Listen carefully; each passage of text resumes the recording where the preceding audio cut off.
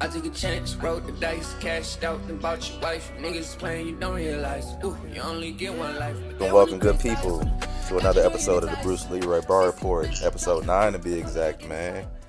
Strange Music's very own, Maez301, in the building, man. Much appreciated for you hopping on here, man. Taking your time out of the day to, even get on the Bruce Leroy Bar Report, and so want to say that first and foremost, man. Hell yeah, thank you for having me, bro. Of course, absolutely. Let's just get right into it, man. We get your name and your backstory, man. I know you spell your name a little different with the numbers, so get into that, man, and a little bit about yourself, how you got into music. Okay, so my name is Maez301. That's Maez. I always got to tell them if you're spelling it like a maze, you're spelling it wrong. Okay. So I'm from Maryland, the DMV to be exact. That's DC, Maryland, Virginia. Was raised more in the DC area. A lot of people just think Maryland and they assume Baltimore. Not from Baltimore. I love Baltimore. I got family in Baltimore, but I'm a DC. I'm a go-go nigga. Okay. Just so we can clear that up. I was born in New York, Queens. I lived there till I was about 7. My mom just felt like, she wanted to raise us somewhere she felt was a better environment for her kids. So we moved to Virginia, and then we moved to Maryland. And as far as music and getting into music, I mean, my mom was a rapper. I don't want to give her all the credit, but I do feel like she deserves credit. Oh, for sure. Because she played a lot of, cool music around me when I was young. I remember her being turned up and rapping in the car, which is funny now because I have younger sisters who are 10 and 11, and she will, literally only play classical music. I'm like, Mom, I was a baby. You didn't give a shit. You got to give me something else. You know what I'm saying? So, but my mom, she'd be rapping and stuff, and so I, kick rhymes with her. My mother took in foster kids, and we adopted a kid by the name of David. He goes by the name Apex. He still raps to this day. Okay, shout out to him. He was rapping all the time, and he really helped me to kind of get more comfortable rapping. I was rapping here and there. I mean, what kid isn't writing raps, here and there? Right.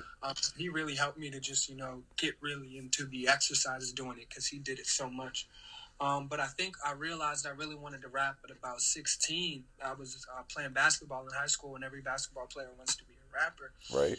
So after practice, we all just, found a place to record.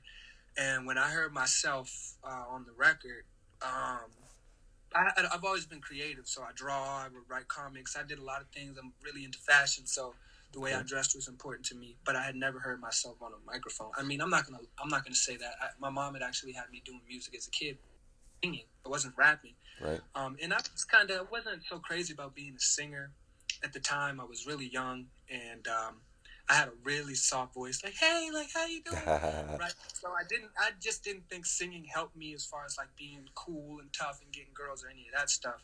Not that I'm cool or tough or getting girls now, but but singing wasn't the lane. The singing I just had stage fright. I didn't think I was as good a singer as I was. Right. And I wanted to play basketball. And I just didn't like all the attention on me at the time. It was just, I would break down. So I had sang before, but once I heard myself rap on a record, I fell in love with the medium, and I wanted to get better. And so I kept doing it. And after a while, I realized it was what I wanted to do for the rest of my life, or for a good chunk of it. And so here we are now, and this is what I'm doing. I could tell you the whole story about how I got right here, right now, but that's how I got into music, just realizing in high school. Hey, you spoke on it well, for sure. I mean, hey, that was a great explanation, for sure. Thank you. Definitely. Let's move into Strange Music Tech N9ne tour, man. And correct me if I'm wrong. Was it 68 cities? It was 67. 67. Okay, one off, cool. But yeah, a little bit about that, man. How did Strange Music come about? Plus, how was it being in that tour, man? Okay, so Strange Music came about because I have a producer, and his name is EP Music, And Shout out to EP. shout out, yeah, you already know Yes, what's up. sir. EP is connected to my manager, Englewood Muggs. He shared my music with Muggs. Muggs really was digging what I was doing, and he reached out to me. We built a relationship, and before he knew it, he was managing me, and he had already known all of these people and had a good idea about what would work for me, and he felt like Strange was that lane. And we talked about it, and he shared my music with Tech, and Tech genuinely appreciated my art. And I got an opportunity to meet Tech and Trav, and over time, we built a working relationship, and before you knew it, I was given a chain and an opportunity to pursue my dreams on a higher level. Definitely. And so this was my first tour. It was supposed to happen in 2019, but with COVID, it really pushed that back. And so you can imagine the anticipation I felt as I continued to wait. But the tour was amazing. I traveled to big cities, small cities, cities right in between, and I had a great opportunity to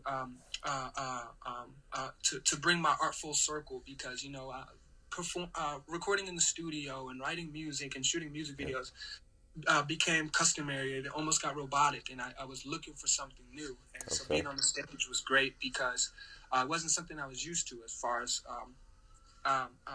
who Maez is as a full package. Right. So I think being on stage was for all of these shows was a great opportunity for me to find my voice, my personality, and my confidence on stage. It wasn't even about what I was performing or who I was performing in front of. It was more about that connection I was building with myself on stage. And so I'm really glad I got to do that because the first show was crazy, man. I had mistimed a couple bars.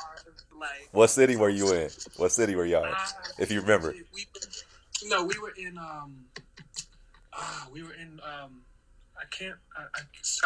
what the fuck is the name of the city? We were in Missouri though. Okay. But I can't remember the name of the city. And that was a crazy night. Crazy fucking night. But I mean, it was such a blur because it was just like so much happening that night before. It was such an amazing crowd. It was a big crowd. And I had a hype man, and he mistimed his lines, and so I'm coming after him, and so now my lines are off, and I'm just like what the fuck? But then the hook came in and it saved me, and then we figured it out from there, and it ended up being a good show. But by the end of the tour, I mean, I felt like I've been touring for years. See. So it was quite a journey from then to there. And I traveled some amazing places, saw some beautiful faces, learned a lot about myself and about this industry and the people around me, and just super grateful for the experience. Only a small percentage of people ever get to do some shit like that, bro. Yeah, that's dope, man. And even to say 67 cities. Even if you say, "Oh, I'll never do a 67 city tour again," to have 67 cities under your belt, that's fire, man. That's dope. I can tour with anybody at this point. I've built a resume that allows me to be able to talk that talk. Absolutely, absolutely. So that's a great thing. Yeah. I want to hit the road more. I really can't wait to hit the road again. Oh yeah. That's what you make music for, Like you don't just put out music and then just expect it to just sit there. Like when you build albums and this, that, and the other, you want to go on tour and you want to perform that stuff for people that might like this song or people that might like this, just to have that moment, man, for sure. So definitely. What's the most inspiring piece of advice you've got from somebody in the music game? The most inspiring piece of advice I've gotten from somebody in the music game.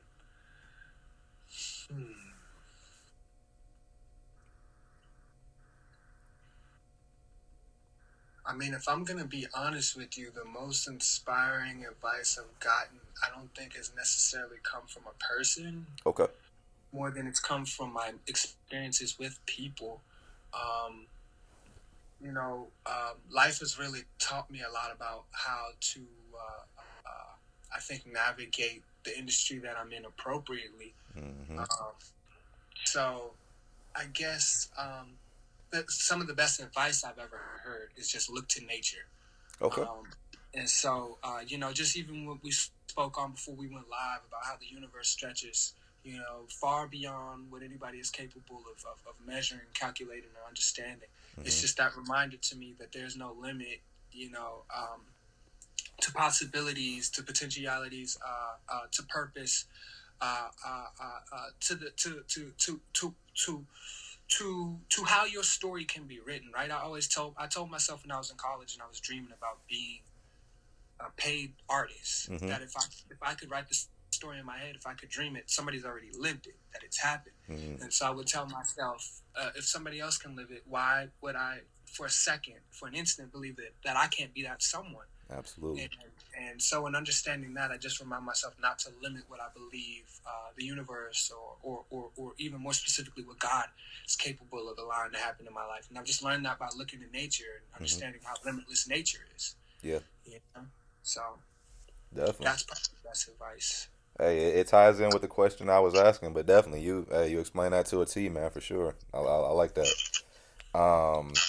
Speaking of music, man, 3 must-haves in the studio when recording for yourself. It could be whatever. Yeah, 3 must-haves.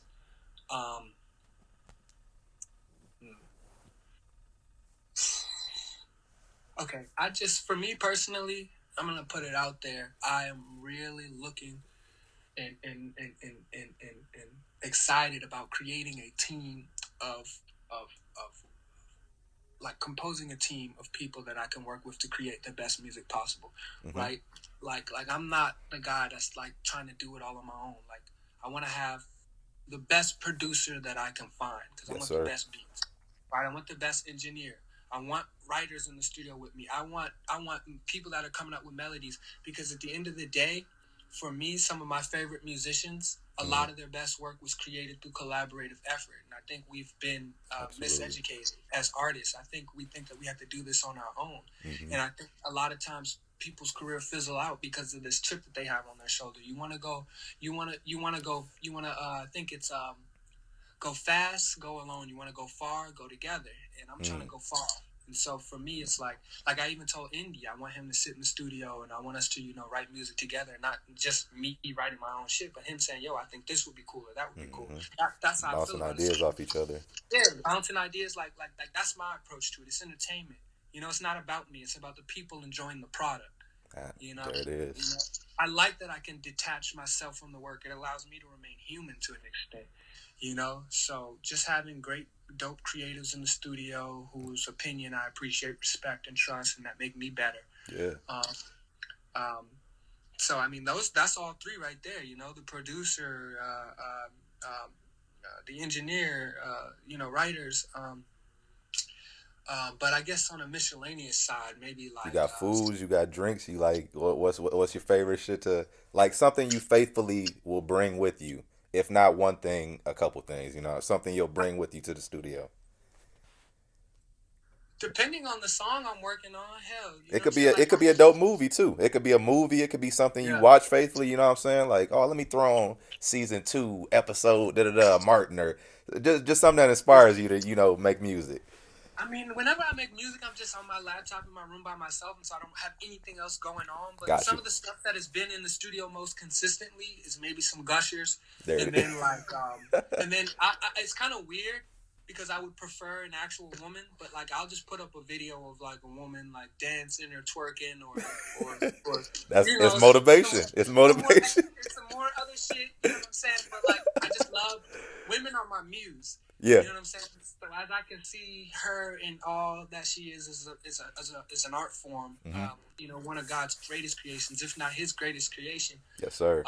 That inspires me. So, at the right times, having a beautiful woman in the studio is like, come on now, that's going to encourage some great work. Maybe throwing some words in, some ad-libs, So, Listen, I had fun in the studio one time because I had this girl in there and she could sing and she was beautiful. And, we were vibing. And so we were in the booth together. And we were kind of just having a conversation and freestyling a song at the same time. And it was really dope because I hadn't done anything like that. So throughout the song, you could kind of hear her talking in the background. But it made for something really organic and dope. And shit like that is fun. You know what I'm saying? Like, I like shit like that, Definitely. Having the right people in the studio is crucial. Definitely. See, I'm not an artist or somebody that's been in a studio like that, but I can only imagine just like you anywhere you go, you gotta have them good vibes, man, for sure. So I would think the studio wouldn't be any different.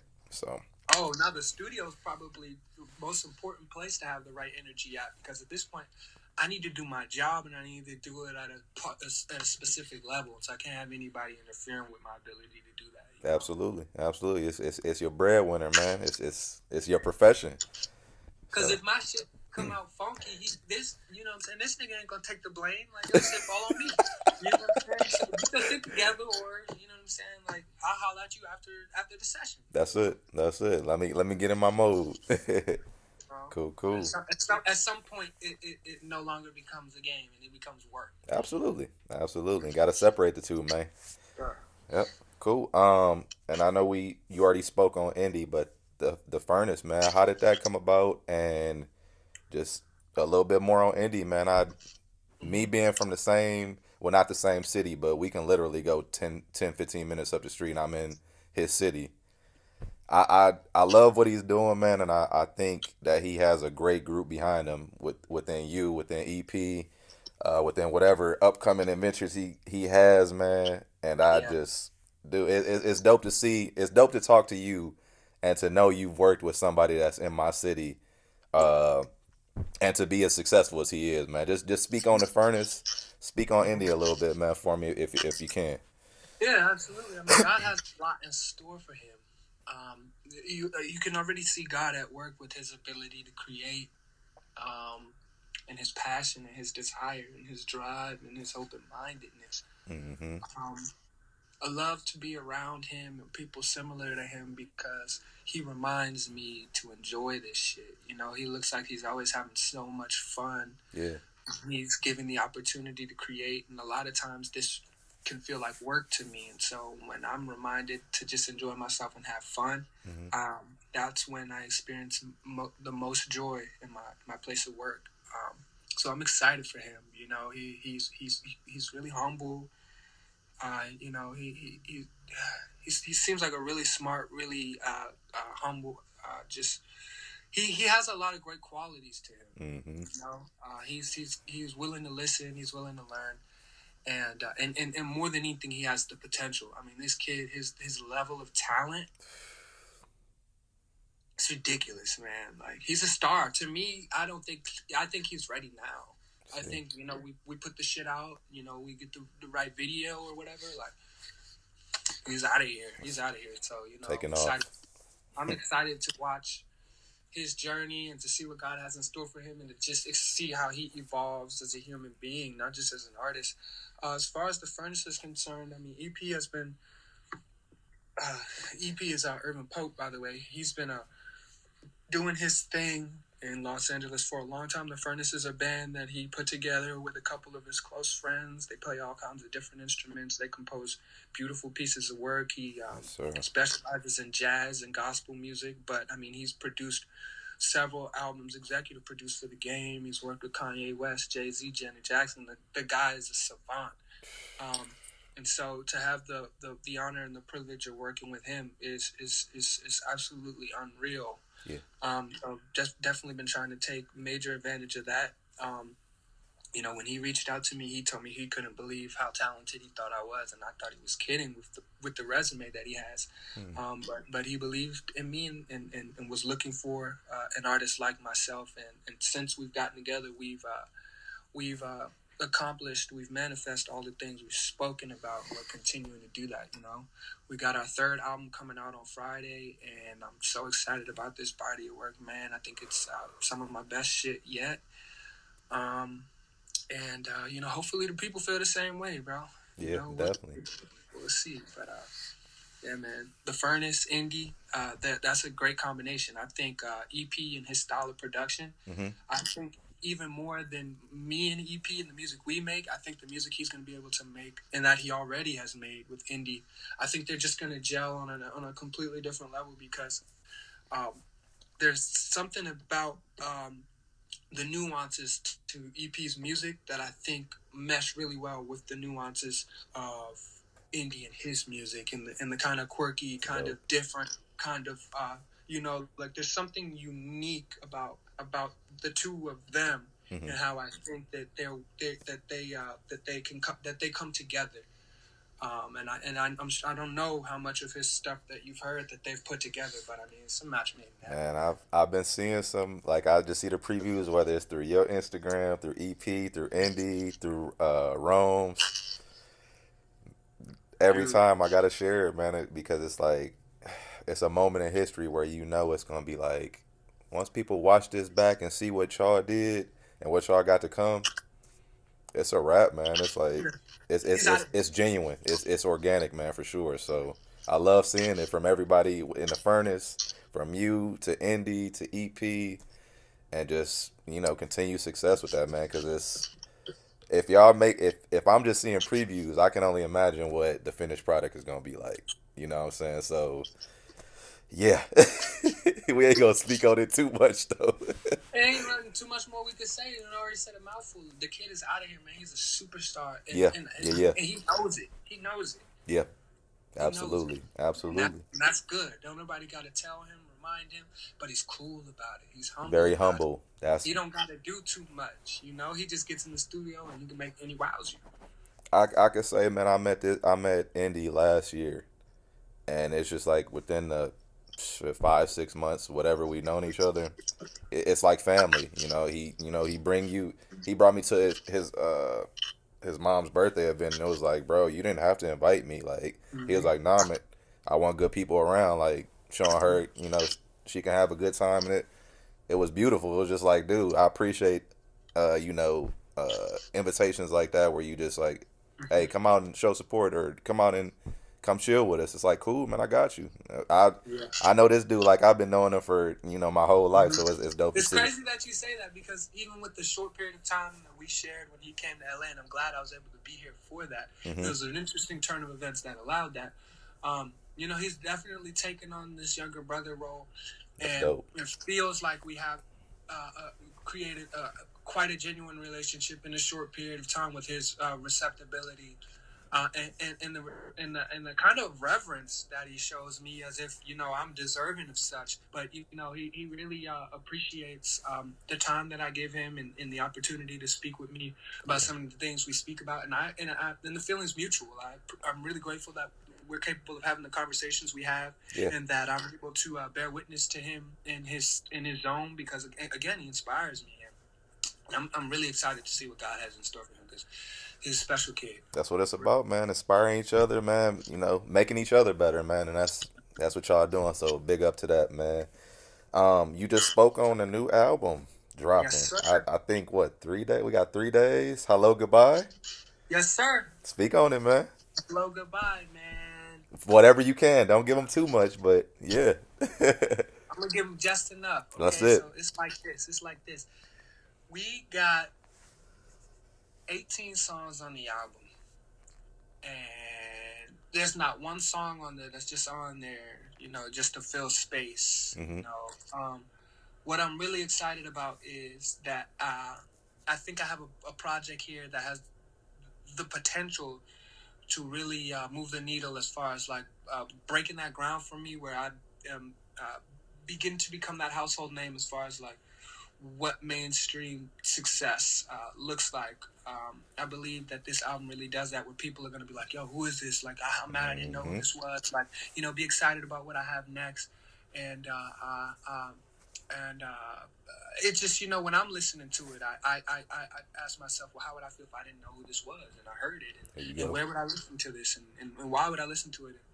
And I think it accomplishes that effortlessly, and I'm excited. I got stuff for the club. I got stuff for right before, you go out and play a football game. I got stuff for you to think deeply about. I got stuff for the street club. I got stuff for the ladies. I got stuff about love. I got stuff, there's so much going on the project, and I'm excited for people to hear it, man. I'm excited to perform these songs.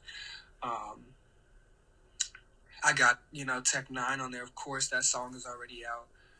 Yes, man, what a blessing. I got my brother King Iso on there. We're shooting the video to our record tomorrow. I got Jerry Robinson on there. That's my brother, man. We had a lot of fun shooting, putting together that record. Okay. And it's just Man, I ain't gonna say too much when it's out Friday. I'm just excited for people to go and get that, man. Turn that shit up, blast that shit. Yeah. Make sure people hear it that ain't never heard it before, because they're gonna wanna be a part of this shit before it goes crazy, because that's what's in line, man. We about to go. It's about to be everywhere. Absolutely. And third album, right? Yes, sir. Absolutely, absolutely. So if they haven't heard of you, they definitely gonna go back and listen to your previous stuff as well. Just Oh know yeah, that. So they're gonna go back and listen. I got shit that I ain't even gonna say too much, because I honestly don't really care for people to hear it. okay. But I got shit I put out in like 2014, 2015, where I was under a different name, and I really feel like at some point people are gonna find that shit too. Definitely. So this shit is here for the people that want to hear it, man, and I'm excited because it's gonna be fun to watch those numbers shoot up as this shit, just as the snowball continues. Yes, sir. Hey, just as excited on this end, man. Definitely, definitely. So, over here on the bar report, man, we do a thing called rapid fire questions. This or that. I got a couple for you, so I'm gonna just throw them at you. Knowing that you from Maryland, man, we gonna go with Corday or Los. Ooh, I gotta give it to Los, just because Los has the seniority. Los is just a monster, and Corday is a dog. Corday be killing shit, but it's King Los for a reason. I gotta give it to him, man. I remember hearing him as a kid and just being like, whoa, Who is this guy? Still just mind blown to this day. And I was lucky enough to sit in one of his sessions, and he was just real cool. Okay. He gave me game. I didn't know what that was gonna be like, or I didn't expect that. And he just, he kept it real with me, and he treated me like a human being, and it was a dope experience. I'll never forget it. I remember seeing Corday in the mall. What? Before the fame? Huh? No. He was recently. This was probably like 2 years ago. Okay. And I'd be messing around when I'm out with my friends. I'm like, oh shit, that's Lupe Fiasco or something. And it don't really be the people. It just be people that look like him. You know what I'm saying? Like I'd say, oh shit, that's Chuck Dizzle. Like you kind of look like Chuck Dizzle from this radio show in California. Oh shit. It would be funny to you. Okay. And what's crazy is he does interviews and things like that. So it's like that's hey. I do that. But I had seen this kid walking around with these little yellow braids or whatever he's got going on, and I didn't think it was Corday. I'm just like, oh shit, it's Corday. Yeah. And he was across the mall, and I don't know if he heard me, but I know he saw me, and I guess maybe he thought oh, this guy's gonna want pictures or whatever. So I could see him looking across the fucking mall at me, and he's just he's just like, I'm not about to. I'm not on that. I'm not on it. You got it, but Los was just real cool, man. He was just he gave me game, and I'll never forget some of this shit he said to me. So I gotta get that one to Los. I'm sure with these rapid fire questions, you probably want rapid fire answers, but no, not hey. I look at it to give it the best answer you can give, bro. Definitely. I just say rapid fire questions, just like throwing them out. It ain't about the timing. Definitely. We'll get into. Keep coming. That's it. Bernie Mac, Richard Pryor. Ooh. I mean, that's a tough one. Because I know you about 28, 29? I'm 28. So you good. You in that era of knowing who both are. You might. Yeah. I'm familiar with both. I'm a little bit more familiar with Bernie Mac and his work in comparison to Richard Pryor, but the stuff that I've heard from Richard Pryor and the stuff that I've seen, I love. But if I have to be honest, I have to give it to Bernie Mac just off the strength of what I know. I love Bernie Mac. Yes, Bernie sir. Mac is hilarious. Rest in peace. R.I.P. for sure. Definitely. Okay. Bernie Mac, I like it.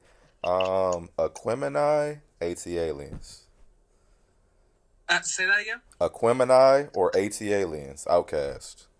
Ooh, yeah. Oh, fuck. I think I gotta go with AT Aliens. Okay. I think I gotta go with AT Aliens. I mean, that was my brother got me the vinyl for my birthday, so I'm kind of biased in that it was a gift that I received that really made me fall in love with the record. And then they're just man, I hate picking favorites. Like when you do that to me. But they both dope albums in their own right, for sure. Oh man, what? I could put when you can put albums on shuffle like honestly to me, when you can put an album on shuffle, that's how I know it's dope. I can put that on shuffle Yeah. and it don't even gotta be in order. So yeah, both Nah, dope that's in their own good shit. respect. That's good shit. I'll tell you what. I know another album you could put on shuffle. What's that? Hello, goodbye. Hey, 114. Come on, man. 2022. Tap in. Let me know what you think, man. Already. Um, I'm not. I don't know for sure if you smoke or not, but I went with it anyway. Blunts or papers. Okay, so I don't really smoke. My friends call me a fake smoker. Like when I was on tour, everybody called me a fake smoker. I mean, How I'm does not gonna that sit here work? and say I don't smoke, but I usually smoke like right before I go to sleep. I'm not big on like walking around being high. I just prefer to be in my own space. Yeah. That's just how I handle it. But when I do smoke, I prefer papers. I definitely prefer papers. Paper planes, raw cones. Yes. There it Shout is. out to Wiz Khalifa, Yes, sir. Cool. one of my inspirations. That's man. He one of the biggest man. He got me. He was one of the rappers that got me smoking. I'm not even gonna lie, cause I went Come on, for it, bro. bro. I went for a straight 8 9 years without smoking from like 14 to like 22 23. I got out to Cali though.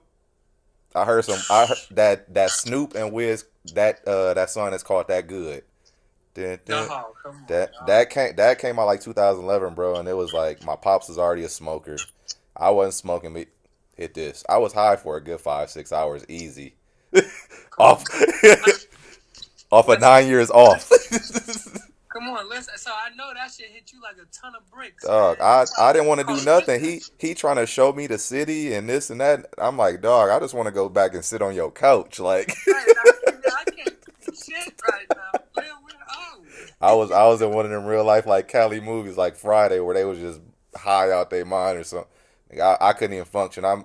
The words I spoke to him, I don't even know if they came out right at the time. So, all right. Last but not least, bro, let's go with Half Baked or How High. Two great movies. Love them both. But I gotta give it to Half Baked. I mean, first of all, Dave Chappelle. Oh my God, I One of love the Dave goats, Chappelle. man. Goats. Come on, I love that movie. I've watched it more times than I watched How High. Even if I love both Okay. movies, Half Baked is just Mary Jane was so beautiful.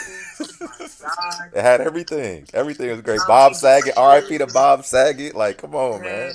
Yeah, R.I.P. Man. That was a great movie. I love it. It never gets old to me, man. Yeah, That's my shit. definitely. Half Baked for sure. Yes, sir. Um, What about you? Who would you choose? See, I'm more of the How High, but I'll tell you why I like How High more. Method Man and Redman. Me growing up on Wu Tang, Mm-hmm. that that was enough. When they really when I saw that Method Man and Redman was in it, It was over. it was over. It was What did you and go? and just in reference because of Wu, like I said, Method Man, Wu Tang, Redman affiliated Wu. That sold it. Not to take away from Half Baked, because like you said, Dave Chappelle, GOAT for sure. The movie is hilarious from beginning to end, but I could watch How High pretty much every day if I chose to. Now, how high is that shit though? Don't get it twisted. Definitely. But, you remember they had the TV show come out not too long after. Remember? Yep, for sure. That? The TV show was cool too. It wasn't quite the movie, but that was fun while it lasted. Definitely. And last but not least, man, always give my people, man, that I interview they flowers, man. So appreciate you, man. Keep doing what you're doing. Continue success. Hello, goodbye. 3 days, man. To everybody watching, man. To everybody that's gonna be watching, go pick that up. Yes, Show sir. love, man. And like I said, it's just much success to you. Before we do go, give out all your socials, man. Your social tags, not your social tags, your music platforms, anywhere that you can be found, man, and people can listen. All right, I got you. So you can find me anywhere at at Maez 301. That's Maez 301. Like I said at the beginning, I'm gonna say it again right now. Like people don't be hearing me, man. If you're spelling it like a maze, you're spelling it wrong. People are searching. Oh, I can't find you. It's Maez. Yep. And when I say easy, I'm not saying EASY. I'm saying M, the letter A, You know, it's like E as in fucking eat, Yep. Z as in zebra. So yeah, Maez301 at all social media platforms. My music is streaming on all streaming platforms. Tap in, man. We're only just getting started. This is history in the making here. I don't, you know what I'm saying? I can't even tell you how the fuck this shit has happened, man. The stars have really aligned. To put it short and sweet, and God's been showing out, man, and He's got a lot more in store. I really do believe so. Definitely. Join the fucking movement because it's about to get real crazy. Hey, Maez301, Bar Report, man. Episode 9 once again. Another great one, man. Yes, sir. Thank Yes, you sir. for having me. Hey, bro. thank you for having me, bro. For sure, for sure. You know I always got